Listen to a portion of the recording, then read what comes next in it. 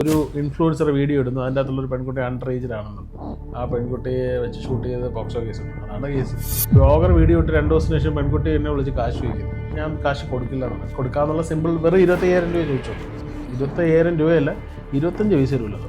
പാവപ്പെട്ടവൻ്റെ കുഞ്ഞിൻ്റെ പീഡന വാർത്ത ഇവിടെ ആരും കൊടുത്ത് കാണാറില്ല.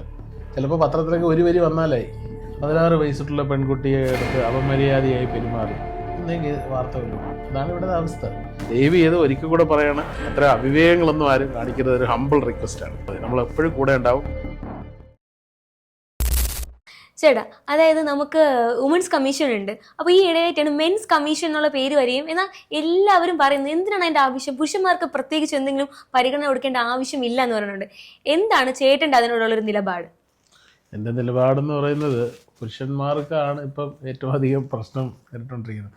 സ്ത്രീകൾക്ക് എപ്പോഴും സ്ത്രീകൾക്ക് തന്നെയാണ് എപ്പോഴും പ്രൊട്ടക്ഷനും കാര്യങ്ങളൊക്കെ വേണ്ടതും. അല്ലെങ്കിൽ സ്ത്രീകളെ നമ്മൾ ബഹുമാനിക്കുകയും അല്ലെങ്കിൽ അവരെ മാനിക്കുകയൊക്കെ ചെയ്യണം. പക്ഷേ ചില സ്ത്രീകൾ ഇത്തരം പ്രിവിലേജുകൾ മിസ്യൂസ് ചെയ്യുന്നുണ്ട്. അപ്പോൾ അത്തരം മിസ്യൂസ് ചെയ്യുന്ന സ്ത്രീകൾക്ക് അവർക്കെതിരെയാണ് നമ്മൾ പറയുന്നത്. കാരണം അത്തരം സ്ത്രീകളുടെ മിസ്യൂസ് കാരണം ഇപ്പോൾ ഒരാളൊരു വ്യാജമായ പരാതി കൊടുക്കുന്നു.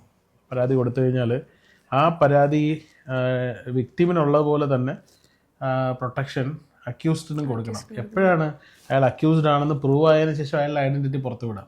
അതുവരെ അയാളുടെ ഐഡൻറ്റിറ്റി പുറത്ത് വിടരുത് എന്നുള്ളതാണ് നമ്മളുടെ ആവശ്യം നമ്പർ 1. അതാണ് എൻ്റെ കോർ ആവശ്യം. അത് തന്നെയാണ് ഏറ്റവും വലിയ ആവശ്യമായിട്ട് മുന്നോട്ട് വയ്ക്കുന്നത്. അതൊരു ന്യായമാണെന്ന് തോന്നുന്നില്ലേ? തീർച്ചയായും. ഇന്നസെൻസ് അണ്ടിൽ പ്രൂവൺ ഗിൽറ്റി എന്നുള്ളത് എല്ലാവർക്കും വേണ്ട ഒരു ഫ്രീഡം അല്ലേ, റൈറ്റ് തന്നെയാണ്. ഓക്കെ, ഇപ്പോൾ നമ്മൾ പറഞ്ഞ ദീപകിന്റെ ഇഷ്യൂ വന്നപ്പോഴാണ് ഈ മെൻസ് കമ്മീഷന് ശരിക്കും ആവശ്യമുണ്ടെന്ന് പുരുഷന്മാർക്ക് തന്നെ തിരിച്ചറിവ് ഉണ്ടായ ഒരു സാഹചര്യം ഉണ്ടായത്. നമ്മളൊക്കെ പബ്ലിക് ഒപ്പീനിയൻ ഒക്കെ എടുത്തപ്പോൾ എല്ലാവരും പറഞ്ഞ പുരുഷ കമ്മീഷൻ വേണം വേണം വേണം എന്നുള്ളത് തന്നെയാണ്. ചർച്ചകളൊക്കെ മുന്നോട്ട് പോകുന്നുണ്ട്. ശരിക്കും ഇത് നിലവിൽ വന്നോ? എന്താണ് ഇതിന്റെ മുന്നോട്ടുള്ള നീക്കങ്ങൾ? അല്ല, നമ്മളുടെ ഒരു എഫേർട്ടിന്റെ ഭാഗമായിട്ട് രാജ്യസഭയിൽ തന്നെ ഒരു ആം ആദ്മി പാർട്ടിയിലെ ഒരു MP അതിൻ്റെ പേപ്പർ പ്രസൻറ്റ് ചെയ്യുകയൊക്കെ ചെയ്തിട്ടുണ്ട്, ബില്ല് പ്രസൻറ്റ് ചെയ്തിട്ടുണ്ട്.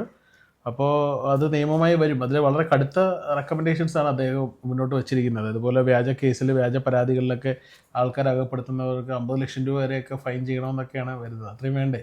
തീർച്ചയായും. ഒരാളുടെ ജീവനാണ് അല്ലേ, ജീവനും മാനവും നഷ്ടപ്പെടുന്നത്. അയാളുടെ വീട്ടിലും സ്ത്രീകളുണ്ട്. ആ സ്ത്രീകളുടെ മാനവത്തിനും വില പറയാണ്. ഇപ്പോൾ ഒരു പുരുഷനെതിരെയാണ് വേറൊരു സ്ത്രീ വ്യാജ പരാതി കൊടുക്കുകയാണെങ്കിൽ അവർ മറ്റ് ഒരുപാട് സ്ത്രീകളെയും അവർ അറിഞ്ഞോ അറിയാതെയോ ബുദ്ധിമുട്ടിക്കുന്നുണ്ട്. ഒരുപാട് വ്യാജ പരാതികളിലൂടെ. ഇപ്പോൾ ഒരു എക്സാമ്പിൾ പറഞ്ഞു കഴിഞ്ഞാൽ, ഒരാളുടെ വീട്ടിൽ ചിലപ്പോൾ 4-5 പെണ്ണുങ്ങളുണ്ടായിരിക്കും. അയാളുടെ ഭാര്യ, മക്കള്, അമ്മ, കുഞ്ഞമ്മ, പലരും ഉണ്ടാവും. അപ്പോൾ അങ്ങനെയുള്ള സാഹചര്യത്തിൽ അവരെല്ലാവരും അഫക്റ്റ് ചെയ്യുന്നതാണ്. അപ്പം അതുകൊണ്ട് ഈ ഒരു പ്രൊട്ടക്ഷൻ അല്ലെങ്കിൽ ഈ ഒരു സ്ത്രീകൾക്ക് കിട്ടുന്ന ഒരു പ്രിവിലേജിൻ്റെ ഒരു 10% പുരുഷന് കൊടുക്കണം എന്നുള്ളതാണ് നമ്മളുടെ ഒരു അഭിപ്രായം. അത് തീർച്ചയായും ഒരു നിയമമായി മാറുകയും ഒരു ബില്ലായി പാസ്സാവുകയൊക്കെ ചെയ്യും. കേരള അസംബ്ലിയിൽ നമ്മൾ അതിന് വേണ്ടിയിട്ടുള്ള ഇനിഷ്യേറ്റീവ്സ് എടുത്തിട്ടുണ്ട്. പക്ഷേ ബില്ല് പ്രസൻറ്റ് ചെയ്യാതെ ഇപ്പോഴും അങ്ങനെ വെച്ചുകൊണ്ടിരിക്കുകയാണ്. ഓക്കെ, ഇങ്ങനെ ഇപ്പോൾ ഈ ബസ്സിലൊക്കെ നമുക്ക് കാണാൻ സാധിക്കും, അതായത് പുരുഷന്മാർ ബാക്കിലോട്ടൊക്കെ മാറി നിൽക്കുന്നുണ്ട് ഇപ്പോൾ ഇങ്ങനെ ഇഷ്യൂ വന്നതിന് ശേഷം. അപ്പോൾ ഇങ്ങനെയുള്ളൊരു ഫേക്ക് ന്യൂസ് ഉണ്ടാവും. ശരിക്കും അങ്ങനെ ഇഷ്യൂസ് അനുഭവിക്കുന്ന സ്ത്രീകളുണ്ട്. നമ്മളും പൊതുഗതാഗതം ഉപയോഗിക്കുന്ന സ്ത്രീകളാണ്. അപ്പോൾ ഒരുപാട് ബുദ്ധിമുട്ട് പുരുഷന്മാരുടെ ഭാഗത്തു നിന്ന് തീർച്ചയായിട്ടും ഉണ്ടാവാറുണ്ട്. അപ്പോൾ ഇങ്ങനെയുള്ള സ്ത്രീകൾക്ക് ഇതൊരു പേടി സ്വപ്നമല്ലേ? അല്ലെങ്കിൽ ലൈക്ക് മെൻസ് കമ്മീഷൻ ഉണ്ട് എന്നുള്ളത് സത്യസന്ധമായ കേസ് തെളിയിക്കാൻ മാത്രമാണ്.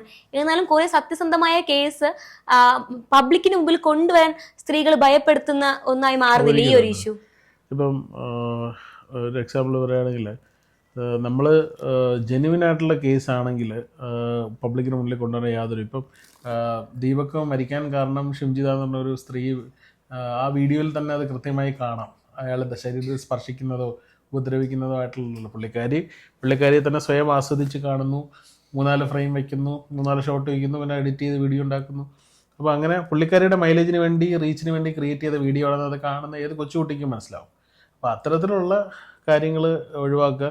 ജെനുവിനായിട്ടുള്ള ഏത് സ്ത്രീക്ക് എന്ത് പരാതിയായിട്ടും മുന്നോട്ട് വരാം. കാരണം അതിനൊരു സംരക്ഷണ നിയമം കൊടുക്കുന്നുണ്ടല്ലോ. പക്ഷേ റീച്ചിനും അല്ലെങ്കിൽ പൈസയ്ക്കും ഒക്കെ വേണ്ടിയിട്ടേ ഇങ്ങനെയുള്ള കാര്യങ്ങൾ ചെയ്യുമ്പം അത് പല ആൾക്കാരുടെയും കുടുംബവും ജീവിതവും ഒക്കെ തകർത്ത് പോകും. ഇപ്പം ഞാൻ പറഞ്ഞില്ല, ഒരു സ്ത്രീ ഒരു പുരുഷനെതിരെയാണ് നീങ്ങുന്നതെങ്കിൽ അവൾ അറിയാതെ തന്നെ ഒരുപാട് സ്ത്രീകളുടെ ജീവിതത്തെയും അത് ബാധിക്കുന്നുണ്ട്. അതാണ് ഇനി ഒരു ദീപക് ഉണ്ടാവാതിരിക്കാനായിട്ട്, അല്ലെങ്കിൽ ഇങ്ങനെ ഒരു കള്ള കേസ് ഒരു പുരുഷന് നേരെ വരുമ്പോൾ ആദ്യം അയാൾ ചെയ്യേണ്ടത് എന്താണ്? നിയമപരമായി നമ്മൾ നോക്കുകയാണെങ്കിൽ, അല്ലെങ്കിൽ പുരുഷ കമ്മീഷന്റെ ഭാഗമായി നമ്മൾ നോക്കുകയാണെങ്കിൽ എന്താണ് ചെയ്യേണ്ടത്? നമ്മൾ നിയമം എന്ന് പറയുന്നത് എപ്പോഴും ഇരുതല മൂർച്ചയുള്ള ഒരു വാളാണെന്നാണ് എൻ്റെ ഒരു വിശ്വാസം. കാരണം നിയമത്തിൽ തന്നെ നിയമത്തെ ദുരുപയോഗം ചെയ്യുന്നവരാണ് പലരും. കാരണം ഇപ്പോൾ സ്ത്രീകൾക്ക് ഒരുപാട് നിയമപരിരക്ഷയുണ്ട്. ആ പരിരക്ഷ ദുരുപയോഗം ചെയ്താണ് പല സ്ത്രീകളും ഇപ്പോൾ വ്യാജ കേസ്, വ്യാജ ഒരു പരിധി വരെ പോലീസും കോടതിയൊക്കെ നോക്കിയും കണ്ടുമൊക്കെയാണ് ഇപ്പോൾ കാര്യങ്ങൾ മുന്നോട്ട് പോകുന്നത്. പക്ഷേ സ്ത്രീകൾക്ക് കൊടുത്തിരിക്കുന്ന ഒരു പ്രിവിലേജിൻ്റെ ഭാഗമായിട്ട് ഞാൻ പറഞ്ഞില്ല, ഒരു എക്സാമ്പിൾ തന്നെ നേരത്തെ പറഞ്ഞില്ലേ. അപ്പോൾ ആ ഒരു ഭാഗമായിട്ട് താങ്കളൊരു പുരുഷനാണെങ്കിൽ താങ്കൾ ഇവിടെ ഇരിക്കുന്ന ഈ സമയത്ത് താങ്കൾ വേറൊരാളെ പീഡിപ്പിച്ചു വന്ന് വേറൊരു സ്ത്രീയോ അണ്ടർ ഏജ്ഡ് ആയിട്ടുള്ള പെൺകുട്ടിയോ പരാതി കൊടുത്തെങ്കിൽ താങ്കൾ കേസിലെ പ്രതിയാണ്.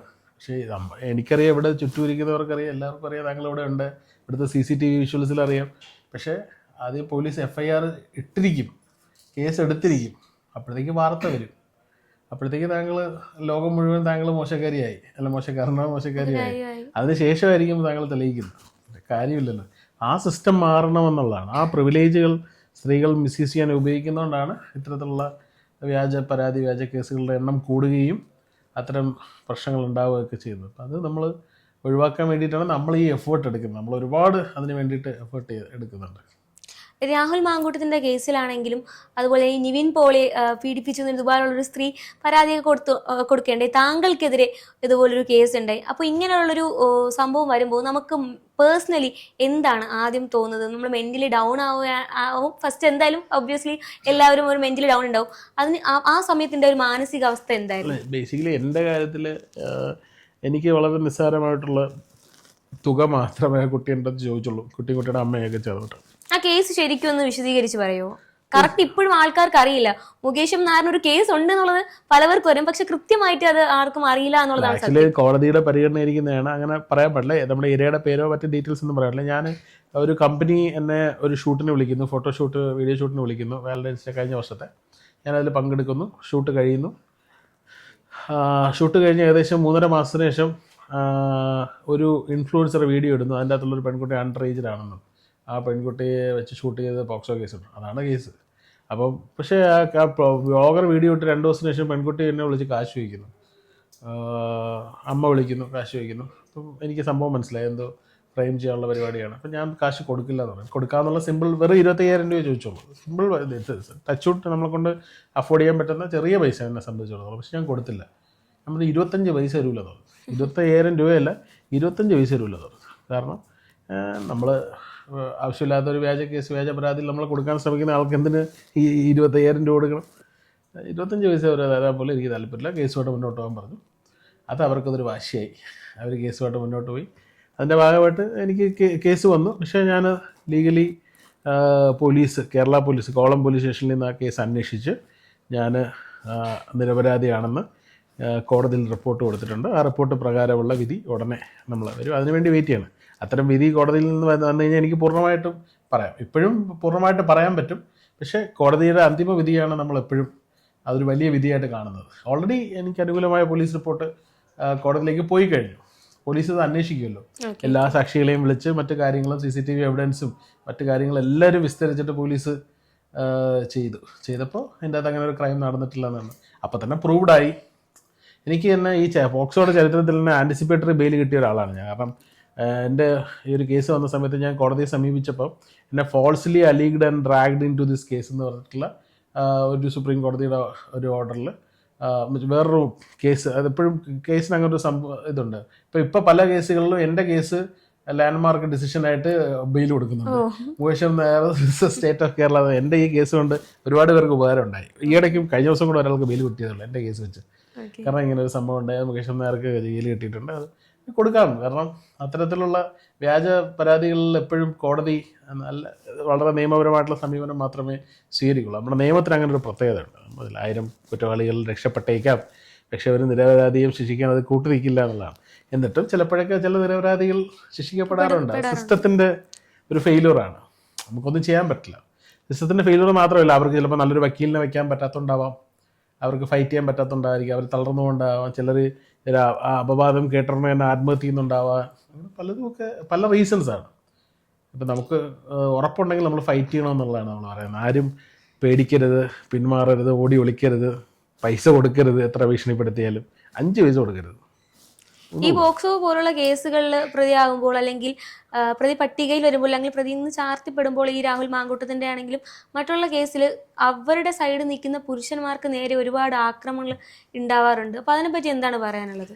ഇത് പോക്സോ അല്ലെങ്കിൽ സ്ത്രീ വിഷയങ്ങൾ ഇപ്പോൾ പല കേസുകളും ഇപ്പോൾ വന്നുകൊണ്ടിരിക്കുന്നത് ഇതുപോലുള്ള വ്യാജ സെലിബ്രിറ്റി അല്ലെങ്കിൽ ഇതുപോലത്തെ കേസുകളായതുകൊണ്ട് ഇതിനകത്ത് സംഭവിക്കുന്ന യാഥാസ്ഥിതിക എന്ന് പറഞ്ഞാൽ വല്ല പാവപ്പെട്ടവൻ്റെ വീട്ടിലും ജെനുവിനായിട്ട് ഒരു പീഡനം നടന്നാൽ അതിന് കൃത്യമായ ഒരു അന്വേഷണം ഉണ്ടാവില്ല. പകരം ഈ പോലീസും മീഡിയയും എല്ലാം ആരുടെ പുറകെയാണ്?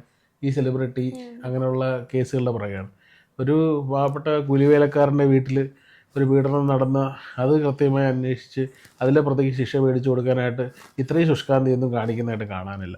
മീഡിയയും അത് അത്ര വലിയ ശുഷ്കാന്തി റിപ്പോർട്ട് ചെയ്യുന്നതും കാണാറില്ല. വല്ല രാഹുൽ മാങ്കൂട്ടത്തിൻ്റെ കുഞ്ഞമ്മയുടെ മോനൊക്കെ ആണെങ്കിൽ വളരെ താല്പര്യമാണ് ലൈവ് മറ്റത് അവൻ്റെ പ്രൈവസി ബ്രീച്ച് ചെയ്ത്. അതാണ് ഇപ്പോഴത്തെ സിസ്റ്റം.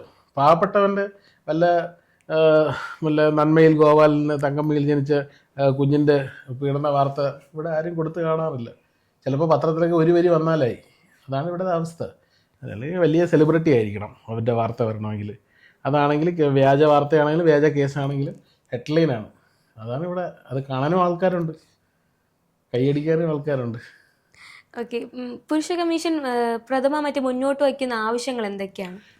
തീർച്ചയായിട്ടും സ്ത്രീകൾക്ക് ഇര എന്നുള്ളൊരു പരിരക്ഷ കൊടുക്കുന്ന പോലെ തന്നെ പുരുഷന്മാർക്ക് ഇതുപോലെ അക്യൂസ്ഡ് ആയിട്ടുള്ള പുരുഷന്മാർ അയാൾ ഗിൽറ്റി ആണെന്ന് പ്രൂവ് ചെയ്യുന്നവർ, അണ്ടിൽ പ്രൂവൺ ഗിൽറ്റി, അതുവരെ അദ്ദേഹത്തെ നിരപരാധിയായിട്ട് തന്നെ കണ്ട് അദ്ദേഹത്തിൻ്റെ ഐഡൻറ്റിറ്റി കാണിക്കാതിരിക്കുക എന്നുള്ളതാണ് നമ്മൾ പ്രാഥമികമായിട്ടുള്ള ആവശ്യം. ബാക്കിയുള്ള ആവശ്യങ്ങളെല്ലാം ഇതുപോലെ വ്യാജ കേസിൽ വ്യാജ പരാതികളിൽ പുരുഷന്മാരെ അകപ്പെടുത്തുന്ന സ്ത്രീകൾക്ക് ക്യാപിറ്റൽ മാക്സിമം പണിഷ്മെൻറ്റ് കൊടുക്കുക, ഫൈൻ കൊടുക്കുക, അങ്ങനെയുള്ള ഒരുപാട് ആവശ്യങ്ങൾ മുന്നോട്ട് വയ്ക്കുന്നുണ്ട്. പ്രധാനമായും ഇതുപോലുള്ള വ്യാജ പരാതികൾ വ്യാജ കേസുകൾ ഉണ്ടാവാതിരിക്കുക അല്ലെങ്കിൽ അത് നിർത്തുക എന്നുള്ളതിനെ കുറിച്ചാണ്. അതെപ്പോഴും ഞാൻ പറഞ്ഞില്ലേ, ഒരു പുരുഷനെതിരെ ആയിരിക്കും ഒരു സ്ത്രീ കേസ് കൊടുക്കുന്നെങ്കിലും ആ സ്ത്രീ ഒരുപാട് സ്ത്രീകൾക്കെതിരെ ആണ് മൂവ് ചെയ്തിരുന്നത്. ഒരാളുടെ വീട്ടിൽ 4-5 സ്ത്രീകളുണ്ടെങ്കിൽ ആ സ്ത്രീ പുരുഷനെ പെടുത്താൻ ചെയ്യുന്നത് ആ സ്ത്രീകളെല്ലാം ബാധിക്കും. തീർച്ചയായിട്ടും. അപ്പോൾ അത് കൂടെ മനസ്സിൽ കണ്ട് വേണം ഓരോ സ്ത്രീകളും ഓരോ വ്യാജ പരാതിയും വ്യാജ കേസും ഒക്കെ ആയിട്ട് മുന്നോട്ട് പോകാനെന്നാണ് നമ്മളുടെ അഭിപ്രായം. ഇപ്പോൾ ചേട്ടൻ വരുന്നതിന് മുമ്പേ തന്നെ പറഞ്ഞു ഷാലു പേയാട് ആ ചെയ്യേണ്ട കേസ് കഴിഞ്ഞാണ് വന്നത്. അപ്പോൾ എന്താണ് ആ സംഭവം? ഒരു അലിഗേഷൻസ് ഉണ്ടായിരുന്നു. അതെ, ഷാലു പേയാട് കുറേ വീടുകൾ വെച്ച് കൊടുക്കുകയും കല്യാണം നടത്തി കൊടുക്കുകയൊക്കെ ചെയ്തിരുന്നു. അതിനെതിരെ ഒരു ഇൻഫ്ലുവൻസർ, ഒരു ചെറുകിട ഇൻഫ്ലുവൻസർ വന്ന് വീഡിയോ ചെയ്യുന്നു. പുള്ളി തട്ടിപ്പാണ് വെട്ടിപ്പാണ് എന്നൊക്കെ പറഞ്ഞിട്ട് 16 വയസ്സായിട്ടുള്ള ഒരു പെൺകുട്ടിയെ പുള്ളി അബ്യൂസ് ചെയ്തു. ആക്ച്വലി ഇന്ന് ഷാലു പേയാടിനെ ഫ്രെയിം ചെയ്യാനുള്ള ഒരു വലിയ നാടകം തിരുവനന്തപുരത്ത് ഒരു പോലീസ് സ്റ്റേഷനിൽ നടന്നത് പോക്സോ കേസിൽ.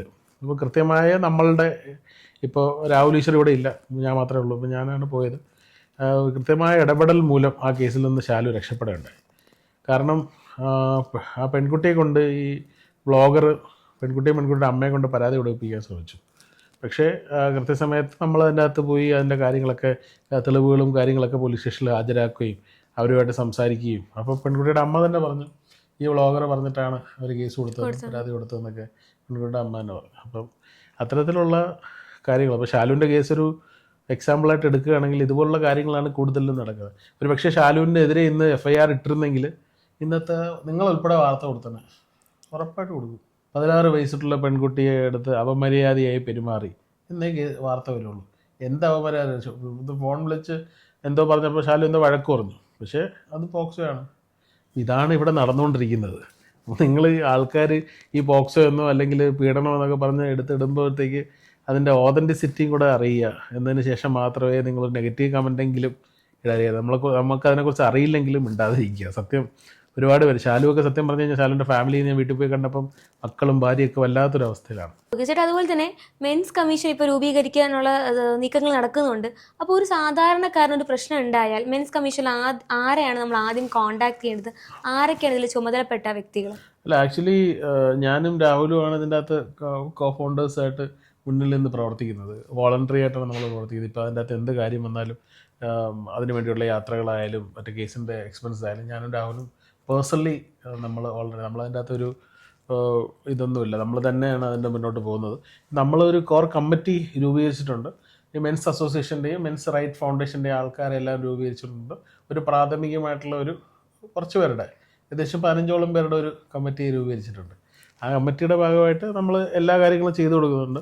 പിന്നെ ഞാൻ പറഞ്ഞില്ലേ, ആർക്ക് വേണോ ഇത്തരത്തിലുള്ള വ്യാജ കേസുകളും വ്യാജ പരാതികളൊക്കെ വരുമ്പോൾ നമ്മൾ ഡയറക്റ്റ്ലി ബന്ധപ്പെടാം. നമുക്കെല്ലാം ബന്ധപ്പെടാനായിട്ട് നമ്മുടെ നമ്പർ ഇൻസ്റ്റാഗ്രാമിലും ഫേസ്ബുക്കിലും യൂട്യൂബിലൊക്കെ നമ്മൾ ഇട്ടിട്ടുണ്ട്. അല്ലെങ്കിൽ ഇനിയിപ്പം എന്നെയും രാഹുലിനെയും ബന്ധപ്പെടാം. അതിൽ ഇനിയിപ്പോൾ അങ്ങനെ മെസ്സേജ് അയക്കാനോ അല്ലെങ്കിൽ ഇത് ഉണ്ടെങ്കിൽ എൻ്റെ നമ്പർ വേണമെങ്കിൽ ഞാൻ പറഞ്ഞുതരാം. അതിൽ നിങ്ങൾ വിളിച്ചാൽ മതി. 9846094947 ആണ്. എന്താവശ്യം ഉണ്ടെങ്കിലും നിങ്ങളുടെ ഭാഗത്ത് ന്യായമായിട്ടുള്ള കേസാണെന്ന് നിങ്ങൾക്ക് തോന്നുകയാണെന്നുണ്ടെങ്കിൽ, അല്ലെങ്കിൽ നിങ്ങൾ തെറ്റ് ചെയ്തിട്ടില്ലെന്ന് ഉറപ്പുണ്ടെങ്കിൽ ധൈര്യമായിട്ട് വിളിക്കാം. നമ്മൾ കൂടെ ഉണ്ടാവും, നിയമസഹായം തരും. ഞാൻ പറഞ്ഞില്ലേ, നമുക്ക് പറ്റുന്ന എല്ലാ സഹായവും നിങ്ങൾക്ക് തരും. കാരണം അതിനകത്ത് ഒരു ടെൻഷനും നിങ്ങൾക്ക് വേണ്ട. നിങ്ങൾ ഒരിക്കലും, എനിക്ക് പറയാനുള്ള ഒരൊറ്റ ഹമ്പിൾ ഞാൻ തൊഴുത് പറയുന്നു, ഒരിക്കലും കയറി ആത്മഹത്യയൊന്നും ചെയ്യരുത്. ഒരിക്കലും അത്തരത്തിലുള്ള ഒരു അവിവേകവും നിങ്ങൾ കാണിക്കരുത്. ആത്മഹത്യ ഒന്നിനും ഒരു പരിഹാരമല്ല. ഇതുപോലുള്ള വ്യാജ കേസുകൾ, വ്യാജ പരാതികൾ ഇനിയും ഉണ്ടാവാം. അതൊന്നും ഒരു വലിയ വിഷയമൊന്നുമല്ല. അതുകൊണ്ട് ആർക്ക് വേണോ എപ്പോൾ വേണോ ഉണ്ടാവാം. അതൊന്നും നിങ്ങൾ ഒരു ഇതായിട്ട് കാണരുത്. അത് നമുക്ക് തെളിയിക്കാൻ പറ്റും. നിങ്ങളുടെ ഭാഗത്ത് നിങ്ങൾ കുറ്റം ചെയ്തിട്ടില്ലെന്ന് ഉറപ്പുണ്ടെങ്കിൽ ധൈര്യമായിട്ട് നമ്മളെ വിളിച്ചോളൂ, നമ്മൾ കൂടെ ഉണ്ടാവും.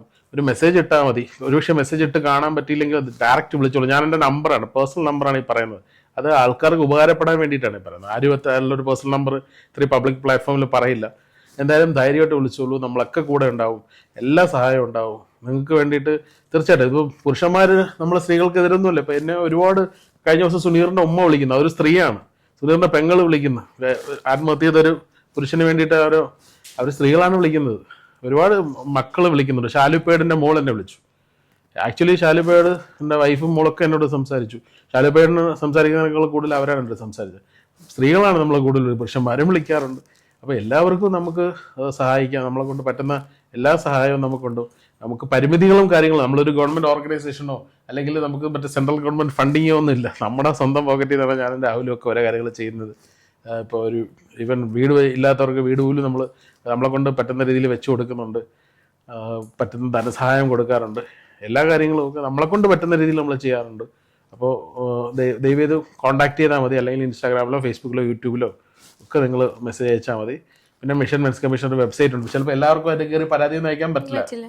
അറിയാറ് ഇപ്പോൾ ഒരു ഉമ്മയൊക്കെ ആണെങ്കിൽ വലിയ പാടായിരിക്കും. അതുകൊണ്ട് നമ്മളെ വിളിച്ചാൽ മതി, നമ്മൾ എപ്പോഴും കൂടെ ഉണ്ടാവും. ദയവ് ചെയ്ത് ഒരിക്കൽ കൂടെ പറയാണ്, അത്ര അവിവേകങ്ങളൊന്നും ആരും കാണിക്കരുത്. ഒരു ഹമ്പിൾ റിക്വസ്റ്റ് ആണ്. നിയമം സ്ത്രീക്കായാലും പുരുഷനായാലും ഒരേപോലെയാണ്. ചേട്ടൻ പറഞ്ഞതുപോലെ ആര് കുറ്റക്കാരാണോ അവർ എന്തായാലും നിയമത്തിന് മുന്നിൽ വരിക തന്നെ വേണം. അതിന് പുരുഷ കമ്മീഷനാണ് അതിൻ്റെ ഒരു വഴിയെങ്കിൽ അങ്ങനെ തന്നെ ആവട്ടെ. എന്തായാലും ഇത്രയും സമയം നമ്മോടൊപ്പം ചെലവഴിച്ചതിൽ ഒരുപാട് സന്തോഷം. നന്ദി. Thank you.